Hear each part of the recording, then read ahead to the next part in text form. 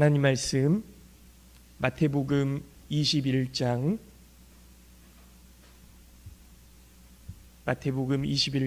23절부터 32절까지 말씀 보도록 하겠습니다.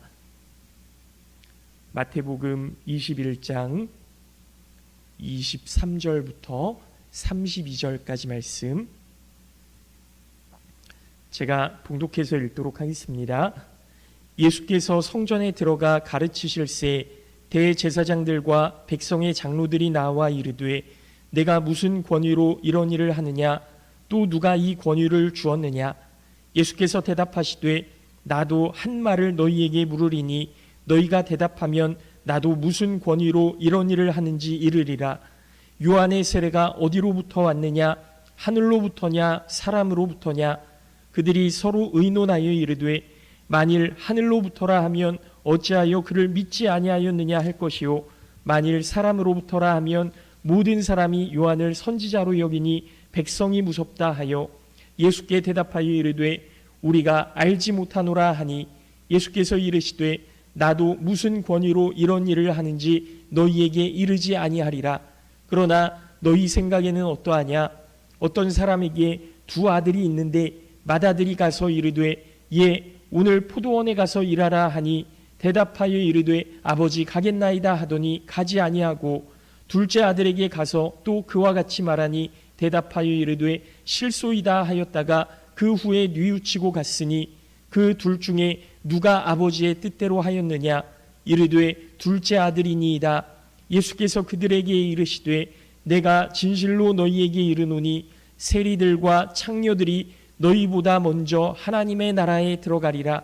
요한이 의의 도로 너희에게 왔거늘 너희는 그를 믿지 아니하였으되 세리와 창녀는 믿었으며 너희는 이것을 보고도 끝내 뉘우쳐 믿지 아니하였도다.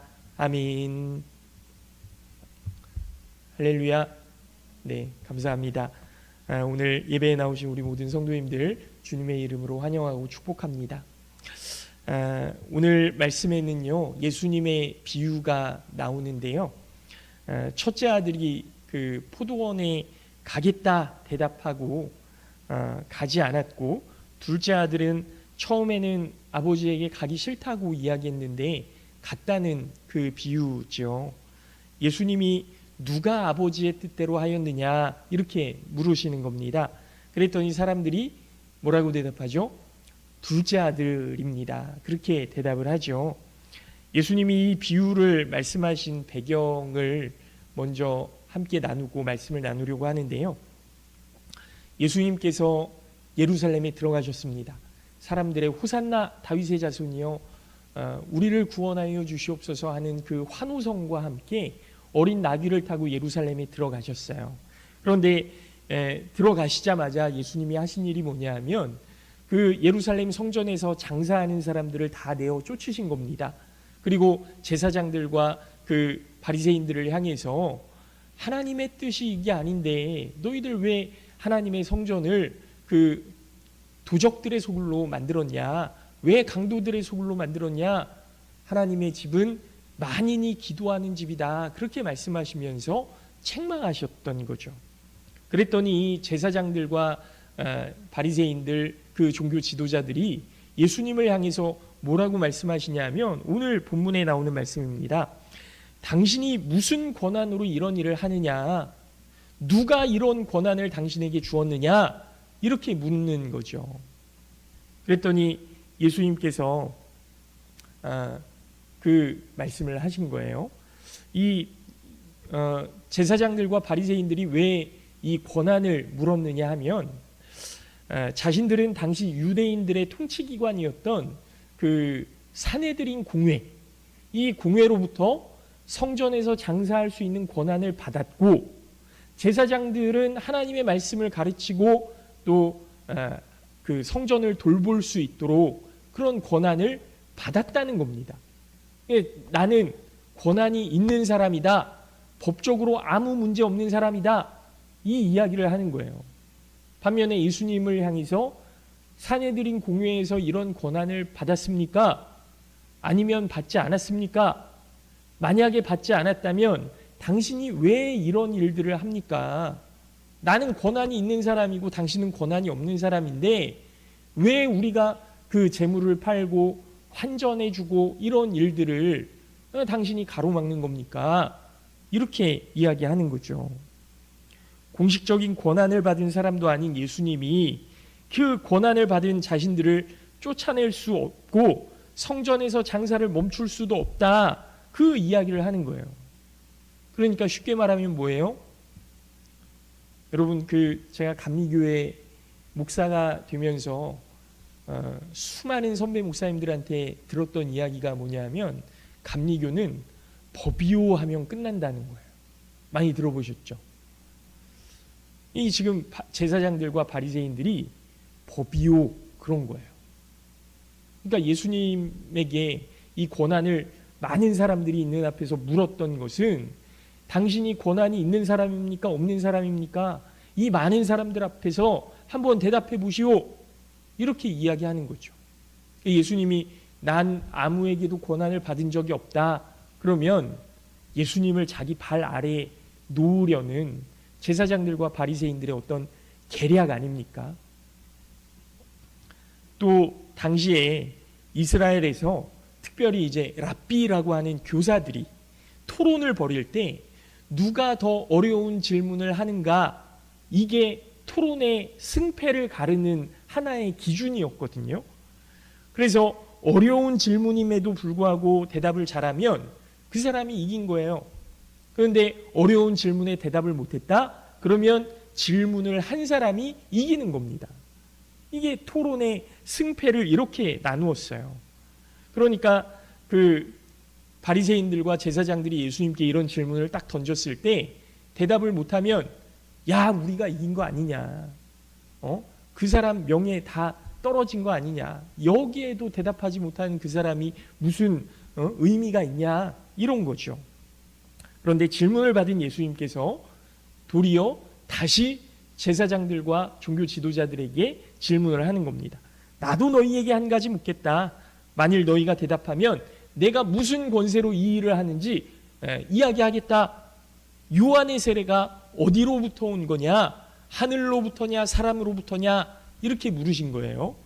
그러니까 이 질문에 제사장들과 지도자들이 입장이 바뀌었습니다. 예수님의 그 질문에 대답을 하려고 이렇게 보니까 하늘로부터 왔다, 요한의 세례가 하늘로부터 왔다, 그렇게 이야기하면 세례 요한으로부터 예수님이 세례를 받으실 때 어떤 일이 있었습니까? 하늘로부터 비둘기 모양의 성령이 와서 이는 내 사랑하는 아들이요 내 기뻐하는 자다, 이렇게 말씀하셨잖아요. 그 모습을 세례 요한이 보고 보라, 하나님의 어린 양이로다, 이렇게 사람들 앞에서 선언을 했거든요. 그러니까 제사장들과 바리새인들이 세례 요한의 그 세례가 하늘로부터 온 겁니다 이야기하면 예수님의 권위를 인정하는 거예요. 하늘로부터 온 권위를 인정하는 거니까 나 권한이 있다, 하나님께서 주신 권한으로 내가 이 일을 하는 거다, 이렇게 이야기하지 않겠습니까? 세례 요한이 나에게 이런 권한을 주었다, 이렇게 이야기하지 않겠어요? 그런데 바리새인들이 그렇게 대답을 못하는 거죠.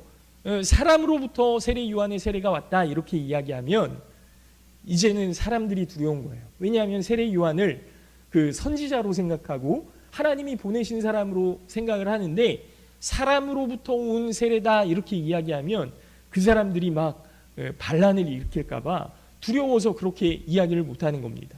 결국에는 이렇게 이야기하죠.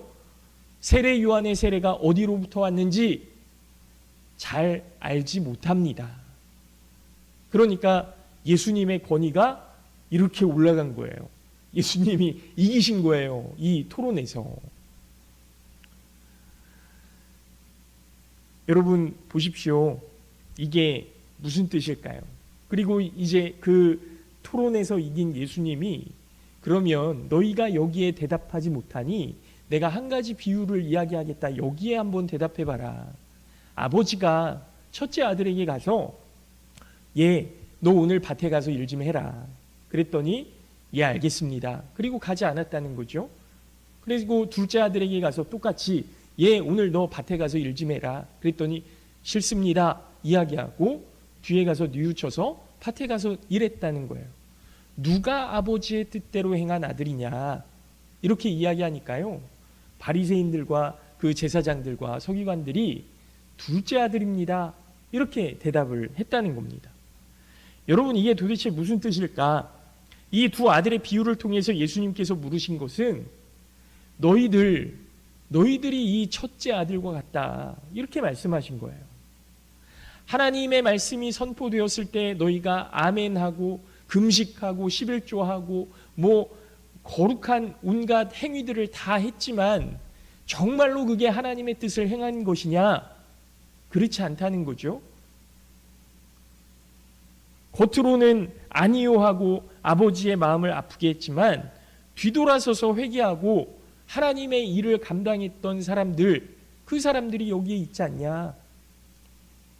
너희들 삭개오를 봐라, 그 세리 마태를 봐라, 나의 제자 아니냐? 그들이 세리였지만 어떻게 했어요? 예수님 다 버리고 예수님의 말씀에 순종해서 예수님의 제자가 되어서 하나님의 일을 감당하지 않습니까? 그리고 간음했던 여인, 막달라 마리아, 그런 창기들을 또 역시 예수님께 나와서 회개하고 다시는 죄를 짓지 않겠습니다 회개하면서 하나님의 말씀에 순종하려고 노력하는 모습들을 너희가 보지 않았냐, 이 말씀을 하시는 거예요. 이 사람들이 하나님의 나라에 들어가게 될 것이다. 그런데 문제가 뭐예요? 이 둘째 아들을 세리와 창기와 같이 그 당시 가장 천대받던 사람들을 빗대어 말씀하신 겁니다. 이 제사장들과 바리새인들의 자존심을 완전히 바닥으로 떨궈버린 거죠. 여러분, 우리가 주일에 예배드리고 돌아가면서 마음을 새롭게 하고 이제는 좀 믿음 생활 잘 해야지, 하나님의 말씀에 순종해서 살아야지 그렇게 결단했다면 그것은 하나님 앞에서 예라고 대답한 것과 같습니다. 그런데 주일 하루 반짝하다가 이전 습관으로 돌아가 버린다면 실제적으로는 아니요가 된 거죠. 하나님 앞에서 우리가 그런 일들을 많이 하지 않습니까? 그런데 우리의 생활을 돌아보면 그 결단하고 회개하고 하나님의 말씀대로 살아야지 했지만 너무 잘 잊어버리는 거예요. 그럼 오늘 말씀의 비유에서 둘째 아들처럼 일단 그러면 아니요 해버릴까? 아니요 하고 아유 내가 그러면 안 되지 하고 조금씩 해나갈까? 나중에 기회 봐서 하나님이 원하시는 일을 하면 되지 않을까? 여러분, 이것도 문제죠. 우리 삶의 습관이 그렇게 쉽게 바뀌는 것이 아니기 때문에 그렇습니다. 군인이 훈련하지 않다가 갑작스러운 전쟁에 나가서 잘 싸울 수 없는 거거든요. 우리 성도들도 말씀으로 훈련되지 않았는데 갑작스럽게 거룩하게 변할 수 있다? 이건 아니에요. 조금씩 예수 그리스도의 완전에 우리가 들어서는 거죠. 예수님을 닮아가는 겁니다. 20년, 30년 평생 같이 해야 조금 이렇게 좀 닮아갈 수 있지 않나, 그렇게 생각하는 거죠. 사랑하는 성도 여러분, 하나님이 원하시는 것은 처음부터 예하고 실제 행동으로도 옮기는 겁니다. 첫째 아들처럼 예하고 행동하지 않고 둘째 아들처럼 아니요 하고 행동하는 것, 둘 다 하나님께서 원하시는 것은 아니라는 거예요. 처음부터 말로도 예하고 행위로도 그 말씀에 순종하기를 하나님께서 원하시는 겁니다. 하지만 지금은 우리가 아니요 하고 하나님의 마음을 아프게 했을지라도 하나님께서는 우리가 뒤늦게라도 회개하고 하나님께로 돌아오기를 기다리고 계시는 거죠. 하나님은 이런 죄인들을 거절하지 않으시고 다 받아주신다라는 겁니다. 이것이 하나님 나라의 복음이죠. 정말로 복된 소식 아닙니까?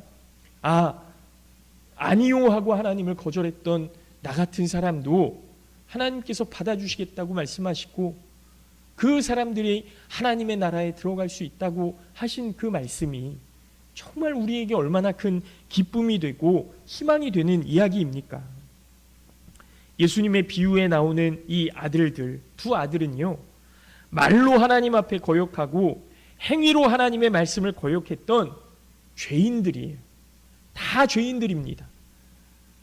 그러나 하나님의 나라는 내가 죄인임을 고백하고 뉘우치고 하나님 아버지께 돌아오는 탕자와 세리와 창기 같은 작은 아들들에게 열려있는 아버지의 나라임을 기억하시기 바랍니다. 이것이 예수님께서 이 비유를 통해 말씀하시는 내용이죠. 누가 아버지의 뜻대로 하였느냐? 여러분, 큰 아들입니까? 작은 아들입니까? 둘 다 아니라는 거예요. 누가 아버지의 뜻대로 하였냐? 바로 하나님의 말씀에 순종하고 행위로도 순종했던, 십자가에 죽으시기까지 생명을 내어주셨던 예수님만이 하나님의 뜻대로, 아버지의 뜻대로 행한 아들임을 여러분 믿으시기 바랍니다. 제사장들과 바리새인들, 종교 지도자들은 자신들이 무엇을 잘못했는지 알지 못하고 말로만 나는 하나님의 말씀에 순종했다며 나는 권한이 있는 사람이라고 주장하는 겁니다. 그런 그들에게 하나님의 나라가 임할 수 없음을 예수님께서는 분명히 하셨고, 그 세리와 창기들, 하나님의 말씀에는 거절했지만 그럼에도 불구하고 회개하고 돌아온 그 사람들이 하나님의 나라에 들어갈 수 있다. 그러나 하나님의 말씀에도 순종하고 행위로도 순종하는 예수님을 닮아야 한다는 사실을 여러분 기억하시기 바랍니다. 그 모습을 보여주시려고 예수님께서는 끝까지 순종의 모습을 보여주셨고 십자가를 지셨던 거죠. 그렇게 온전한 믿음이 무엇인지를 보여주셨습니다. 이것이 하나님께서 주신 권위의 모습임을 믿으시기 바랍니다. 바라기는 우리 모든 성도님들이 하나님 앞에 말씀으로도 순종하시고 행위로도 순종하셔서 하늘의 권위를 가지시기를 바라고, 하나님의 말씀 앞에 순종하고 행위로도 순종함으로 예수 그리스도의 뒤를 따를 수 있는 참된 성도들이 되시기를 예수님의 이름으로 축원합니다. 잠깐 기도하겠습니다.